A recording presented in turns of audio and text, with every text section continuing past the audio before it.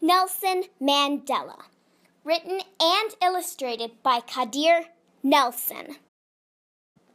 Roli Shasha played barefooted on the grassy hills of Kunu.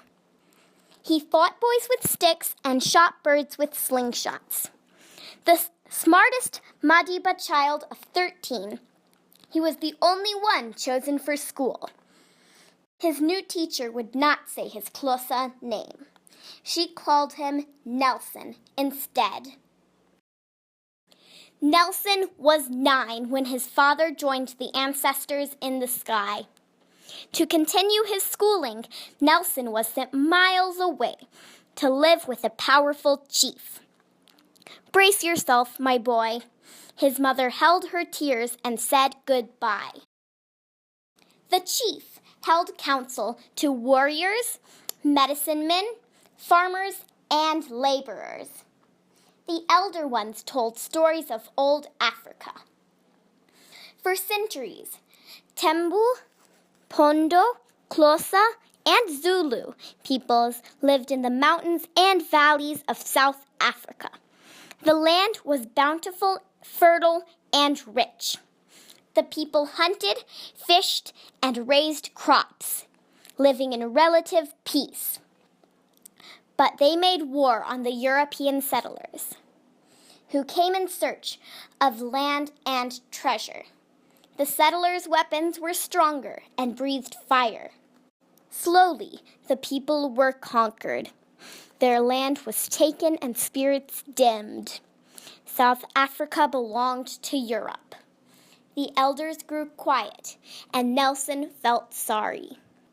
Nelson grew into a young man and attended fine schools in the Golden City of Johannesburg, where Africans were poor and powerless. Nelson became a lawyer and defended those who could not defend themselves. The government grew harsh and created a cruel policy. It split the people into 3: African, Indian, European. It was called apartheid. The people were set apart. European-only beaches, European-only parks, European-only theaters. And the people protested. Nelson organized rallies to fight apartheid. "We must win back Africa," he told them. "South Africa is for all South Africans." "Amandla," he shouted. "Ngowetu," they responded. Power to the people. And the people loved him. Speaking out was against the law, and Nelson was arrested and jailed for a fortnight with 100 men. They danced and sang, calling the ancestors to join the fight for freedom. "Amandla, Ngowetu." The ancestors sent their daughter Winnie to stand next to Nelson. They found love and married and welcomed children into the world. Together they stood and fought apartheid. The state vowed to put Nelson in jail, and he went underground. He wore different disguises and lived in the shadows. Empty flats, farmhouses, and bedrooms of friends became Nelson's home, while he organized more rallies and protests. The police put out a warrant for his arrest, but they could not find him. Nelson slipped across the border to visit free nations, where Black, Liberians, Ethiopians, and Moroccans freely conversed with white Europeans and brown Egyptians. They shook hands, a glimpse of freedom for life at home. Nelson returned to South Africa to cleanse his homeland of hate and discrimination. With a vision for peace and harmony, Nelson felt renewed and ready to fight for freedom.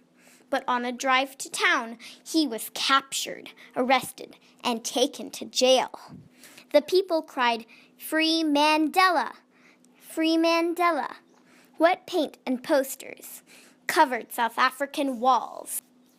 On a small island off the coast of the southern tip of Africa, Nelson sat in a tiny cell every day. The world passed by him. Cold mealies, thin blankets, hard labor. Nelson hammered rocks into dust and read, studied, and educated fellow prisoners. Days turned into weeks, months, and years. His children grew up. Relatives passed away. South Africa began to fall apart. There were more protests, more rallies, and violence. The people needed a leader. Nelson snuck a message to the people. I will return.